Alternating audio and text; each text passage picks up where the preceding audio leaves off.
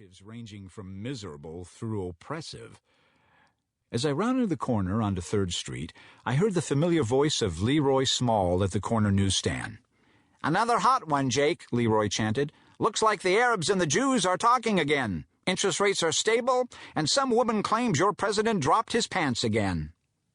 Leroy knows I can't read his newspapers, and he's convinced there is no other source of news in the world, so each morning he gives me his own concise version of Leroy's news and comment. "It looks like my president may have better ongoing relations than the Jews and Arabs," I called to Leroy as I stepped into the revolving door of my office tower. The Derrick Building is one of those marble and mahogany edifices that was built during the Depression when the oil flowed freely. Buildings like this are extravagant, impractical, and something I hold on to dearly as a relic representing a time gone by that we will never experience again. The lobby is 2 stories high and made of imported Italian marble.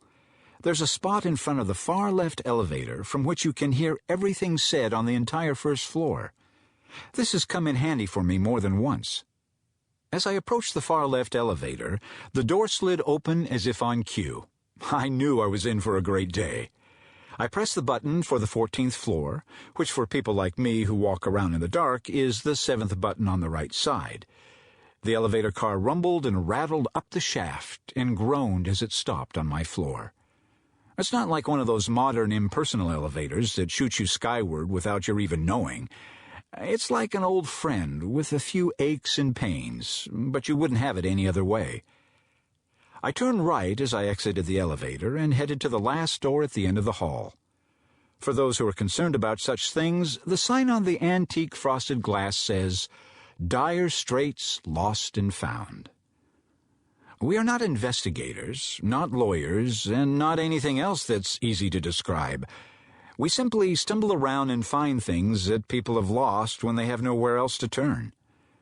At this point, I must say you would not be the first person, nor I'm sure the last, to think it strange that people retain a blind man for the express purpose of looking for something they can't find. We've gotten used to this paradox in our professional lives. The we I speak of is my assistant Monica and me. To describe Monica as an assistant is to describe the Grand Canyon as a slight depression. Monica is one of those rare people who can almost accurately be described by simply saying, they are the best at what they do. She is the Michael Jordan, Mickey Mantle, and Muhammad Ali of our lost and found business. I've shared this with her in the past in an attempt to express my appreciation, but I fear the analogy is lost on her, as I heard her once describe Ali as a large man who stands around in his underwear and hits people. As I walked around our reception area, which holds Monica's desk and everything she uses to make the world go round, I calculated I had a good 4 hours before she would make her daily grand entrance. I folded up my collapsible white cane, which thankfully is not necessary when I'm in the familiar confines of my apartment or office. It is always a relief to get it folded up and put away, much like the relief I would feel if I removed a large sign hanging around my neck which described to everyone I passed throughout the day the most intense, painful, and private problems in my life. The cane and I have a perpetual love-hate relationship. I opened the door to my office and crossed to my desk. I reached behind me and eased open the window.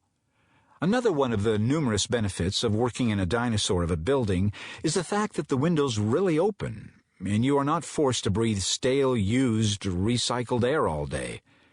Monica has informed me, in no uncertain terms, that if we ever leave this building and move into one of those sealed glass test tube-like office towers, that my beloved cigars will be permanently banned from the work environment. As this is such an inconceivable thought, I resign myself to the fact that I will either retire or die sitting in my corner office on the 14th floor of the Derrick Building. I poured some spring water through the brass and aluminum monstrosity that is politely known as a designer coffee maker. I flipped the switch and contemplated the meaning of life as I waited for the life-sustaining caffeine concoction to present itself after being processed through my Aunt May's Christmas gift from last year.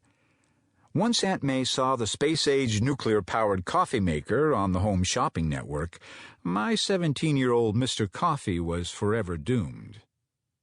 I leaned back in my decrepit leather chair that has warped and